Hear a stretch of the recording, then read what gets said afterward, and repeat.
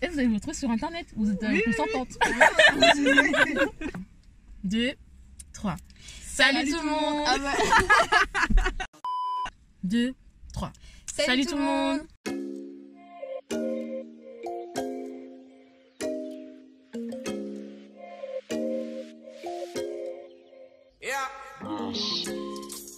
Aujourd'hui on se retrouve pour une nouvelle vidéo débat comme vous pouvez le constater au vu du décor, spécial girls. On présente Margot. Donc salut, moi c'est Margot, je vais avoir bientôt 22 ans et je suis AMP, donc aide médico-psychologique, et je travaille auprès de personnes handicapées. Olympe. Bonjour, moi je suis lycéenne, j'ai 16 ans et je suis en première économique et sociale. Salut, je m'appelle Jari, j'ai 17 ans et je suis lycéenne, je suis en bac accompagnement sur les services à la personne. Donc du coup voilà, on a vraiment essayé de faire en sorte que ce débat puisse être enrichissant, que ce ne soit pas les mêmes types de jeunes en fait, que ce ne soit pas que des gens comme nous, même situation que nous, sinon c'est pas marrant. Ouais. Voilà, donc ça vous allez aimer le débat et puis voilà. Avant de commencer, on va faire une mise en contexte comme on fait maintenant assez habituellement. Donc quand on va parler de la femme, on va essayer au maximum d'être centré sur la femme. Pas la femme par rapport à l'homme, mais la femme en elle-même, l'individu, la femme. Après on va forcément parler de l'homme à côté, c'est obligatoire, enfin voilà quoi. Voilà. On est des filles, Il y a certains sujets qui vont porter sur ça, mais c'est vraiment la femme dans son essence même de ce que c'est. C'est chelou non qu'on voit pas Margot. Non. Enlève vite fait. Ça va? Ouais, c'est déjà. grave mieux, ok. On va forcément commencer avec quoi? Avec une définition comme à chaque fois. Et donc pour vous, c'est quoi une femme? Pas forcément dans le physique, mais dans le mental. Et c'est quoi une femme pour vous en fait? Moi je pense que c'est juste la différence, la diversité. Il y a tellement de femmes qui sont hyper différentes et je pense qu'on doit les prendre individuellement chacune. On n'a pas besoin qu'il y en ait toutes les mêmes en fait. Donc pour moi ouais, c'est la diversité des femmes et puis c'est aussi un peu la liberté qu'elles ont pris il y a de nombreuses années. Donc pour moi ouais, c'est un peu ça. C'est une diversité et une liberté je pense. Moi je trouve que c'est une fierté d'être une femme, tu vois. Parce que je veux dire déjà les expériences qu'on traverse dans notre vie, mettre un enfant au monde, être enceinte pendant 9 mois, la période qu'on a tous les mois aussi, c'est pas anodin quoi. Je veux dire, pour moi c'est une fierté. Ok. Pour toi? On va couper cette partie. Mais en gros si on rejoint les deux, je sais pas trop moi personnellement, je sais pas trop. Parce que si on peut pas rajouter l'homme avec, j'ai du mal à... C'est vrai que par rapport à ce qu'on dit au début, ouais, la femme c'est pas forcément que le truc, mais pour toi c'est ça, y a pas de souci. Non, pas exemple, comme on dit, la femme elle dépend pas forcément de l'homme. Mais je veux dire dans le sens où j'arrive pas trop à faire la différence. En vrai, quand on dit qu'est-ce que c'est qu'une femme, vu qu'elles ont dit, chaque femme est différente et traverse des périodes que l'homme ne peut pas. Donc pour moi en fait, j'arrive pas à définir un mot exact pour dire ce que c'est qu'une femme. Parce que comme on dit, c'est un tout. Après c'est vrai, il n'y a pas forcément de définition appropriée pour une femme, tu vois. Parce que chaque femme a son caractère, a son truc, mais quand on pose la question, c'est vraiment genre en mode l'essence qui fait que t'es une femme. Après c'est vrai, il n'y a pas forcément de définition appropriée pour une femme, tu vois. Parce que chaque femme a son caractère, a son truc. Et comme maintenant en 2018, tout le monde peut devenir un homme, tout le monde peut devenir une femme. Ouais c'est ça, genre tout le monde peut changer du jour au lendemain. Si nous on devait apporter notre définition de la femme en fait, là selon sa société, mais selon ce que nous on voudrait en fait, que la femme soit. Ce serait des valeurs que la femme transmet, que la femme a. Par exemple, une femme, pour moi, c'est une personne, c'est un individu qui planifie son avenir et qui sait ce qu'elle veut. Une femme qui voit dans le futur, en fait. Dans le plan d'une femme, comme vous avez dit, une femme, ça peut accoucher, ça peut avoir des enfants, des souffrances, les règles. On sait déjà c'est quoi les bails. Et donc du coup je pense que dans ces petites choses-là, on peut voir quand même que la femme doit avoir quand même une prévision de ce qu'elle veut plus tard pour son futur, parce que être une femme c'est de la responsabilité en fait. C'est avoir des devoirs envers des gens. Et même jeune, je trouve que même jeune on a déjà des devoirs, parce que moi j'ai que 16 ans et pourtant je trouve qu'il y a déjà certains trucs, certains stéréotypes qui sont déjà mis en place dès qu'on est petit. Justement, ça empire, et donc du coup, quand tu as une femme et que tu n'as pas forcément cette définition-là en tête, de se bâtir et d'avoir cette vision-là de toi plus tard, et ben ça peut porter préjudice, et donc du coup, ça peut ramener beaucoup de fautes en fait. Parce que pour moi, une femme, ça forcément que accoucher ou avoir des enfants, parce que t'en as qui n'ont pas forcément envie. Là, c'est des clichés que justement la société impose à la femme. Mais justement, la femme et la société, c'est aussi quelque chose de complexe, parce que la femme doit s'affirmer. Et puis, c'est compliqué quoi. Les femmes, on a tout le temps besoin de dire oui, moi je fais ça, donc je suis ça. Alors qu'en fait, c'est pas forcément. C'est ce qu'on fait qui décrit ce qu'on est, mais c'est pas en fait forcément tout ce qu'on fait. Si on fait une erreur ou quoi, c'est pas ce qu'on est en fait intérieurement. Et pourtant, je trouve qu'on porte beaucoup préjudice à des femmes qui ont fait des choses alors que c'était pas forcément leur but direct quoi. C'est pour ça que vraiment, je pense que c'est vraiment important d'avoir cette vision du futur en tant que femme. Mais après, bon, il y a des circonstances dans la vie que du coup on prévoit pas forcément, c'est vrai. Comme tu dis. Et ben du coup, après, ça peut vite nous mettre dans des stéréotypes, et ces stéréotypes là du coup parce qu'on n'a pas de vision, et ben on rentre dedans parce qu'on n'a plus de vision en fait de ce qu'on est, et donc du coup on accepte le stéréotype de cette femme là en fait. Par exemple, toi t'aimais pas forcément te maquiller, non. T'aimais pas forcément genre en mode faire du sport. Mais bon, au tennis, t'es un peu musclé et tout. Bah fais du sport parce que c'est comme ça, tu vois. Des conditions qu'on t'impose, parce que forcément t'as pas forcément cette vision du futur. T'as pas forcément cet objectif là. Et donc du coup, ben on te met dedans. Et donc toi, en tant que femme qui n'a pas forcément la vision de ce que tu veux être. En fait, la femme, je trouve, elle est beaucoup négligée. Elle est négligée. Du coup, en fait, elle est imposée à faire des choses, exemple, qu'elle n'a pas envie de faire. Ah, parce que exemple, comme on a dit, les études. Ah ben quand tu as fait ça, ben, tu dois faire ça et pas ça. Donc voilà, c'est comme moi par exemple, moi j'aime beaucoup le maquillage, mais je suis dans le médical. Mais on me dit pourquoi tu veux faire dans le maquillage et pourquoi tu es dans le médical alors que tu aimes beaucoup le maquillage. Ça devient large, ça peut aussi toucher les hommes, tu vois, mais bon. Au niveau des femmes, si on regarde, si on se met dans ce cadre-là des femmes, c'est vrai que la société a plus d'impact au niveau d'une femme. C'est vrai. Dans notre définition en fait de la femme, justement, pour nous, une femme aussi, elle a du courage pour affronter la société dans laquelle on est. Parce que comme vous venez de le dire, mais oui, en fait, la société, elle n'est pas du tout construite pour la femme. Parce que la personne qui a la place principale dans cette société-là, c'est l'homme. C'est l'homme qui est le plus fort, c'est l'homme, jusqu'à à peu près il y a une quarantaine d'années, c'était l'homme qui dominait dans les professions intellectuelles. Une femme ne pouvait pas faire d'histoire, une femme ne pouvait pas être scientifique. En fait, c'est une vision assez stéréotypée de la femme. Du coup, la femme en elle-même, elle a pas une bonne image d'elle. Du coup, si maintenant elle a pas cette bonne image d'elle, elle se définit pas de la bonne manière, ça va coincer en fait avec les stéréotypes. Enfin, tu vois, ces stéréotypes-là, comment dire, son regard est biaisé à cause de ces stéréotypes-là. Du coup, elle va avoir une relation avec elle-même qui est compliqué. Et du coup, pour nous, cette femme-là, la femme idéale, elle a vraiment le courage d'affronter ça. Et elle se définit pas non plus par ces normes-là, elle se définit pas par son physique. Voilà, ça rentrait un peu dans notre définition, dans nos points. Donc le premier point qu'on va faire, c'est la femme compétitrice. La femme compétitrice, on va parler de la femme dans ce stade de compétition toujours envers son homologue, homme, à cause de notre position dans la société. Et ben, il est vrai quand même que certains mouvements sortent. On n'est pas contre, on n'est pas pour, on dit pas. Mais il y a certains mouvements qui sortent en fait et qui se mettent en place pour prouver en fait qu'on est égal ou qu'on peut faire mieux. Et c'est là maintenant où on sort en fait ce sujet, la femme compétitrice. Qu'est-ce que vous avez à dire par rapport à ça en fait? Pour moi, les femmes compétitrices, déjà il y en a souvent en politique, mais bon, elles se font beaucoup critiquer rien que par rapport à comment elles s'habillent. On va prendre une femme politique française, la femme de Macron, Brigitte Macron. Elle n'est pas prise donc pour ses capacités genre mentales. On la compare très souvent par rapport à comment elle est habillée.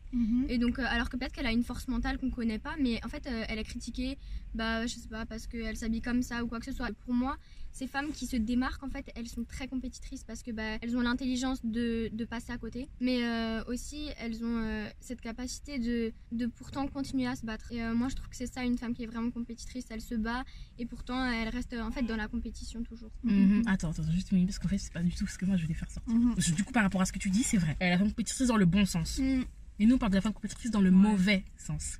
En fait, quand on peut dire femme compétitrice, je peux juste donner des exemples, comme ça va déjà ouvrir la porte. Dans le rugby des hommes, comment ça se passe? On va dire regarder un match de rugby. Un rugby de femmes et un rugby d'hommes. Voilà. Le rugby féminin, c'est hyper violent. Maintenant, la compétition, en fait, c'est pour prouver, en fait, moi, en fonction de mon analyse, tu vois, je peux remarquer que dans cette phase de compétition, tu vois, pour les femmes, c'est qu'en fait, on veut prouver, en fait, à l'homme qu'on peut faire, ou qu'on peut faire mieux, jusqu'à, en fait, perdre la nature, en fait, que la femme a.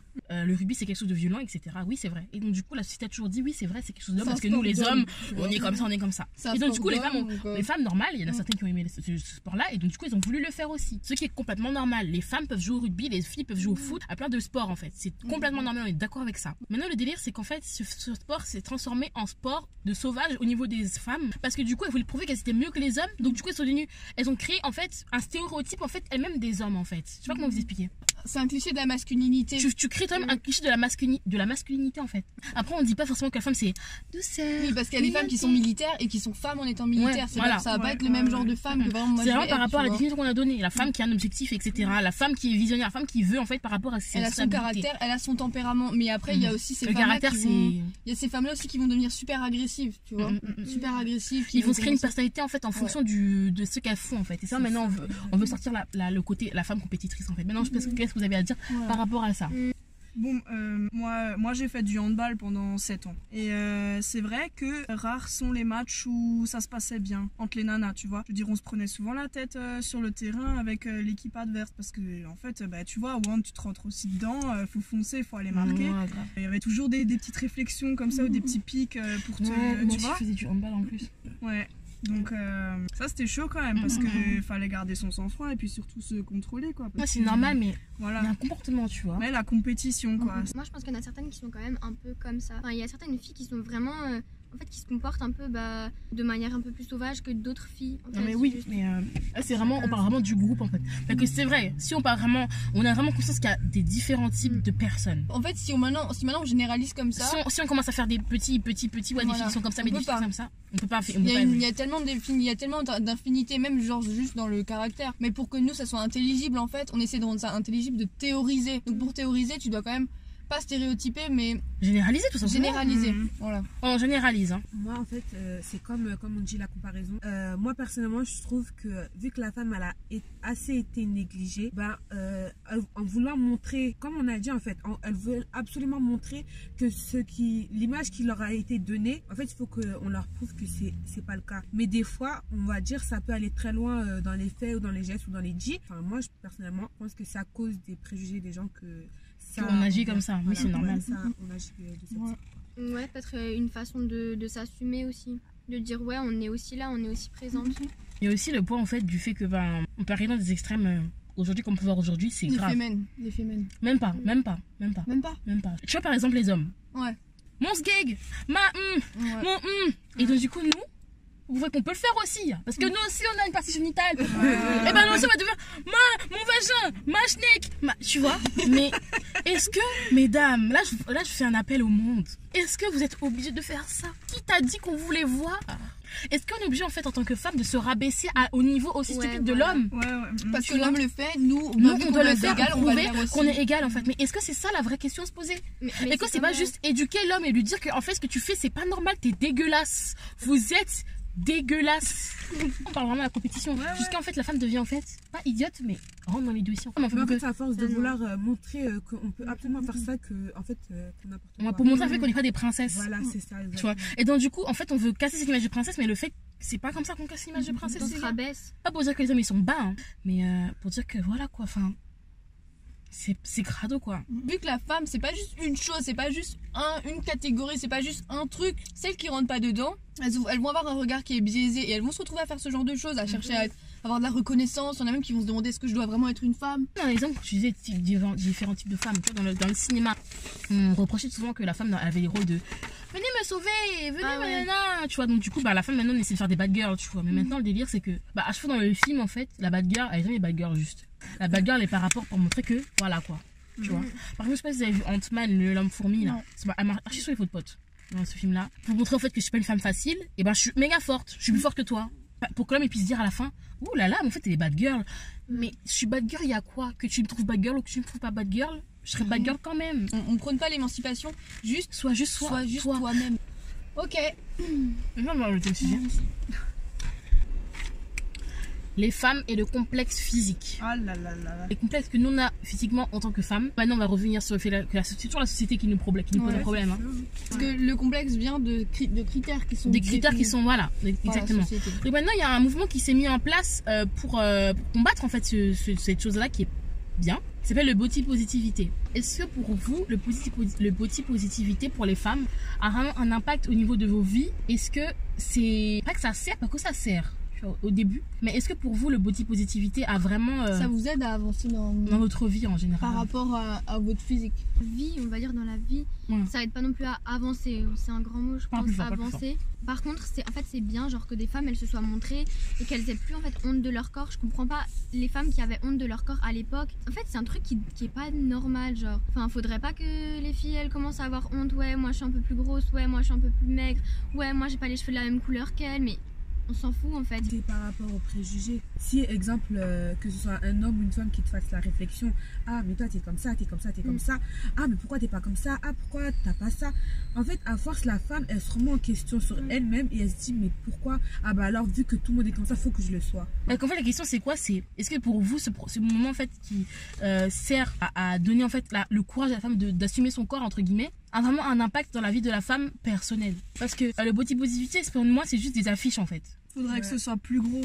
Et plus profond. Voilà, faudrait que ça se... Ouais, Dans body positivity. Beaucoup plus. C'est-à-dire Je veux dire, moi montrer par plus de exemple, corps non, je veux dire inviter à faire un travail sur soi-même, tu vois. Parce la que mentale positivité. c'est aussi la société qui te rend comme ça, complexé, mal dans sa peau, parce que c'est vrai, quand tu vas sur les réseaux sociaux, tu vois, T'as que des meufs qui sont parfaites, et puis clairement après tu te sens mal parce que tu te dis moi je suis comment, je suis pas comme ci, je suis pas comme ça, et je pense que c'est vraiment un travail sur soi qu'il faut accepter comme on est. Je veux dire, on a de la chance d'être là.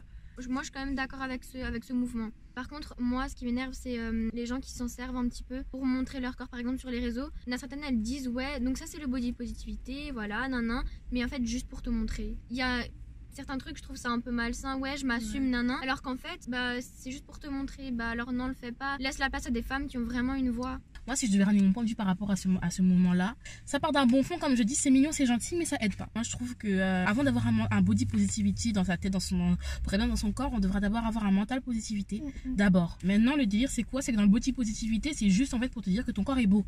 Quand ton corps est beau, ça veut dire quoi après? C'est ça que je pose comme question. Ton corps, il est beau et? Parce que même si tu dis le body positivité, c'est cool, mais est-ce que ça te rend intéressant en fin de compte? Ce que je pense, c'est que le body positivité, ça peut être une base en fait pour t'emmener à toi-même ne plus te définir par rapport au regard des autres. Et au physique que tu as toi-même. Parce qu'en fait, le body positivité, c'est basé toujours sur le regard des autres. Au final, tu vas te sentir bien dans ton corps, mais ce sera toujours par rapport à comment les gens ils vont te regarder. Peut-être que t'espères genre que grâce à ce mouvement, les mentalités des gens vont s'ouvrir, les gens vont commencer à avoir moins de critères de beauté en tête. Du coup, tu seras peut-être plus accepté, mais tu seras toujours dépendant du regard des autres. Or, la chose qui est importante, c'est que dans ta tête, en fait, toi-même, tu te sens d'abord bien, en fait. Tu te définis pas par rapport au regard des autres. Ne trouve pas ton corps beau pour que les gens puissent trouver ton corps beau, ou qu'à la fin tu plairas à quelqu'un si tu t'acceptes. Ça c'est les trucs que les médias ils te montrent, mais la vie elle est pas comme ça. La vie on s'en fout de tout le monde. Parce que ça peut aider les personnes qui sont les plus faibles. Les personnes les plus faibles, elles peuvent se dire ouais, moi je suis comme ça, mais c'est pas grave. La personne elle m'aide, et puis peut-être que j'ai le même corps qu'elle, du coup j'essaye vraiment de m'assumer grâce à elle ou par rapport à elle. Je pense que pour les personnes les plus timides ou celles qui ont le plus de mal à s'assumer, s'identifier avec ça pourrait servir d'un modèle. Un modèle. Mais justement, je pense que ça peut aussi créer quelque chose de pas bien forcément. Parce que du coup, tu te raccroches vite à une image extérieure en fait d'une personne que tu ne connais pas. Le body positivité a toujours pour objectif de base de te plaire pour toi. Donc la société n'accepte pas les corps des femmes différents. Et des hommes aussi, C'est vrai.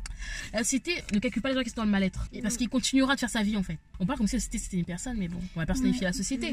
On va bien prendre un exemple. Moi je connais une fille à la fac qui rentre pas du tout dans les critères de beauté, tu vois. Mais cette fille en fait, elle a vraiment développé son mental positivité. Ça fait que c'est une personne qui est juste brillante. C'est solaire, et c'est vraiment ça qui est important. C'est quelqu'un qui s'assume en fait, vraiment elle-même sans avoir besoin des autres. Sans avoir besoin des autres. Quand tu rentres dans cet état de body positivité, du coup, tu finiras par plus avoir ce genre de complexe en fait. Parce que on nous apprend toujours que oui, on vit toujours dans un monde de complexe. Moi je crois pas à ça, je vais pas vivre dans un monde où je serai toujours complexée tout le temps, toute ma vie. Déjà mon corps il change, donc du coup j'aurai encore des nouveaux complexes qui vont s'accumuler déjà de base. Je vis dans un monde où c'est normal d'avoir des complexes. Complexe, c'est ça qui fait ta personnalité, qui fait ta vie. Mais non en fait. Les complexes, moi je trouve ils viennent souvent des critiques des autres. Quand t'es bébé, t'as pas de complexe. Enfin, quand t'es petit, tu te dis pas oh, tiens, je suis moche. Bah non, en fait. Tu fais ta vie juste. Mais oui, c'est ça. Quand t'observes les enfants, ils s'en foutent de ce que les autres pensent ou de ce qu'ils peuvent faire. Justement, pour parler par rapport aux critères de beauté, aux critères que la société nous impose, on a certaines femmes images, en fait, femmes ultra médiatisées, comme par exemple Emrata, qui donne une fausse définition de la femme en fait, parce qu'il y a beaucoup de femmes en fait qui vont se comparer à ça, parce que pour eux quand ils vont la voir ils vont se dire bah voilà c'est ça le critère. Son corps. Ouais déjà, mais d'un côté il n'y a même pas besoin de se demander si elle assume. Voilà, c'est là en fait où il y a beaucoup de femmes, beaucoup de personnes qui vont chercher à se rapprocher d'elle en fait, de son physique, tu vois, chercher à ressembler, à voilà, tu vas te mettre à dire bah vas-y je vais commencer à faire un max de sport pour avoir max les mêmes fesses qu'elle, tu vois par exemple. En fait cette personne en fait, on va prendre cet exemple là parce que c'est l'exemple qui me agace le plus en fait. Cette femme là, je ne peux pas cautionner en fait l'image et qu'elle transmet en fait à la jeunesse, aux femmes. On est de plus en plus influençables à cause des réseaux, à cause de la vue qu'on a genre chacune des autres et tout, bref. Cet homme-là est connu d'abord pour son physique. Tu peux faire tout le documentaire que tu veux, tu peux faire toutes les recherches que tu veux. Il n'y a rien d'intéressant chez elle. Et on vient aussi je reviens un peu dans le complexé, tu vois. Elle donne en fait une image en fait de la femme qui est fausse. Tout d'abord à cause de son physique et aussi à travers ce qu'elle transmet en fait. Du coup, je viens dans la partie du sujet. Pour moi en fait, en tant que femme, et ce que j'analyse aussi dans le niveau des femmes, c'est que nous en fait, on se jalouse entre nous et compétitrices entre nous-mêmes, mais seulement à cause d'un physique. Jamais tu vas envier l'intelligence, la culture, ses qualités comme Michelle Obama. Il y a vraiment cette jalousie entre femmes en fait, le fait qu'on s'envie entre nous. Après, quelqu'un qui réussit aussi, je sais pas, qui une femme d'affaires ou quoi, Michelle Obama par exemple, elle, tu l'envies pas pour son physique, tu l'envies parce que c'est une femme qui est indépendante. Une femme d'influence. Non, on va se mentir. Mais je pose la question, on va pas se mentir. En tant que femme, comment tu vois les gens autour de toi? Tu as vraiment des filles qui veulent vraiment suivre leur chemin, son chemin à elle. Si on devait mettre Émilie Vagabougou et c'est pas mon truc là, et Michelle Obama, vous voyez très bien qui veut suivre qui. Genre nous les femmes, on aime bien s'envier par rapport à un physique d'abord avant. Moi c'est ce que je vois personnellement. Ouais, moi franchement je vois pas tout à fait ça comme ça. Ah moi je préfère suivre une femme. Non, toi tu préfères, mais ce que toi tu vois autour de toi. Mais on voit toujours le côté de ouais, Michelle Obama elle est bien mais elle est pas belle. Michelle Obama elle est bien mais elle est musclée. Michelle Obama elle est truc mais bon, elle est pas très jolie. Il aurait pu trouver mieux Obama quand même. Je vois ce que tu veux dire. Tu vois ce que je veux dire? Parce que si on parle juste de jalousie entre femmes, bah oui, les femmes entre nous on est compétitrices, on n'aime pas qu'il y en ait une qui évolue.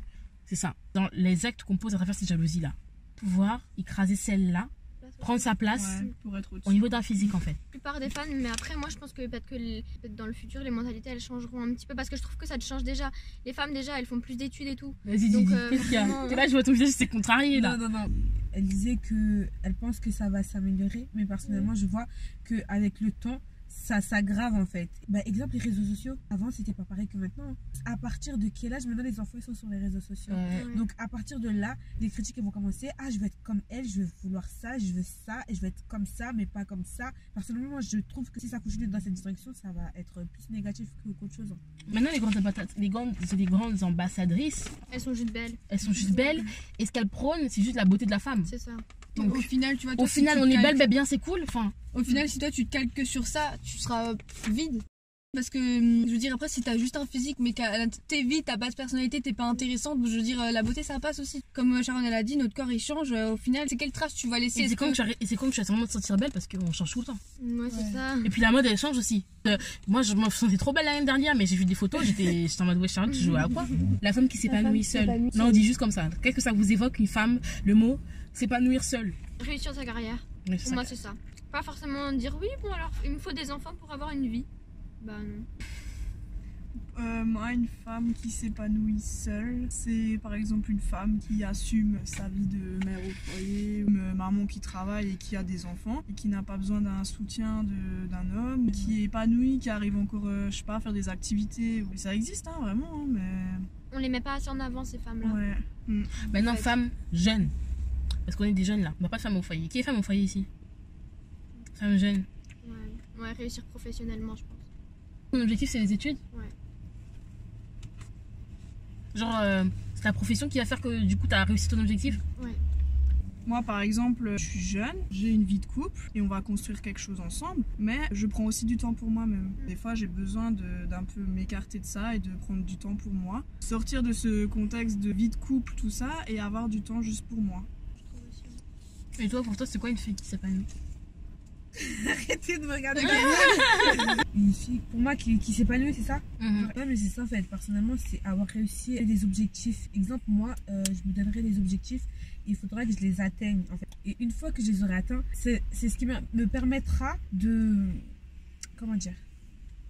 D'être avec quelqu'un d'autre? Non, pas forcément. Tu vois, il y a beaucoup de jeunes en fait qui se disent en fait, je vais faire ma vie, je vais me construire pour pouvoir être avec quelqu'un en fait. Ça c'est comme le body positivité, accepter son corps pour pouvoir que les gens ils t'acceptent, tu vois.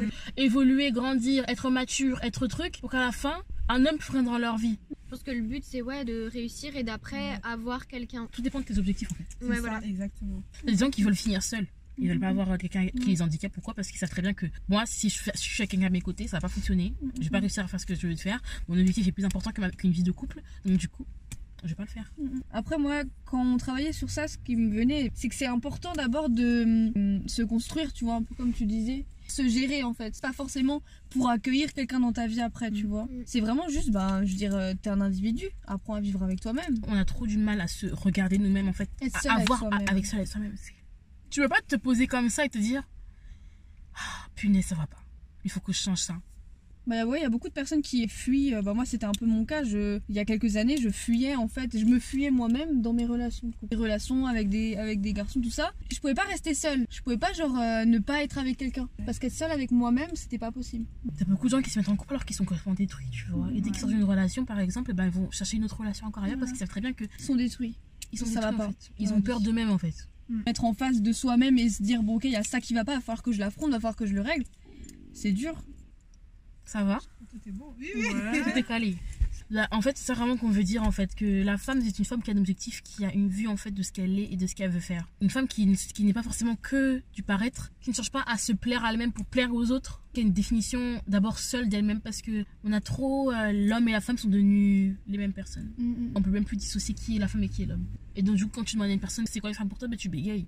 On n'apporte pas un jugement sur les gens qui changent de sexe ou quoi que ce soit, qui se sentent hommes ou femmes. C'est pas le sujet de la vidéo. C'est pas le sujet de la vidéo, mais juste comprendre en fait l'essence et ce qui fait que tu es toi en fait. Ce qui fait que tu te sentes femme, ce qui fait que t'en es une. Lâche pas pour les femmes. Si tu te dis femme seulement à cause d'un physique, ça sert à rien d'être une femme. La définition de la féminité, c'est un éventail. Il y a plusieurs choses dedans. Tu vois. Être féminine, c'est plusieurs manières d'être féminine en fait. Et être féminine, c'est par rapport à des valeurs et pas par rapport à un style vestimentaire. Toutes les femmes sont différentes, toutes les femmes sont belles. Mais comme t'énerves juste. On a fini la vidéo. On espère que vous avez aimé. Partagez.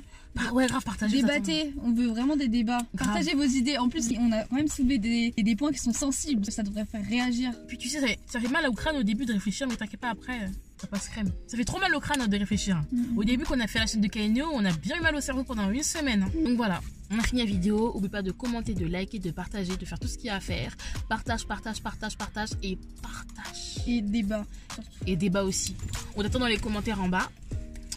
On a mis son Insta et son Insta dans la barre d'infos. Elle a une chaîne. Elle a une chaîne YouTube. Elle a une chaîne YouTube de make-up. Ça fait pas très longtemps qu'elle a commencé. On se donne la force entre petits youtubeurs, voilà. Et donc du coup, n'hésitez pas à aller sur sa chaîne YouTube, ce serait trop bien, ce serait trop intéressant. C'est dommage que le make-up, on peut même pas le voir en vérité. Tu es pas très Vraiment. Après le make-up. Je sais pas si on voit bien là. Ferme les yeux. Wow. C'est propre. Déjà c'est propre. Venez en masse. Vous avez les insights sont là. Tout est là. Le mail et tout. Vraiment les personnes qui commencent à réagir d'une manière régulière. On voit vos visages et tout. Voilà. Qu'on commence un peu à repérer certaines personnes. Les Ouais. personnes qui viennent nous contacter. C'est super sympa. Ouais. C'est super cool. Les personnes qui viennent réfléchir avec nous. Ah, c'est déjà beaucoup. Qui Donc du viennent coup, on débattre, retient voilà. archi vite. Donc merci déjà à cette petite communauté qui est en train de se former. Et puis venez encore en masse sur cette vidéo. Et voilà. Bye bye.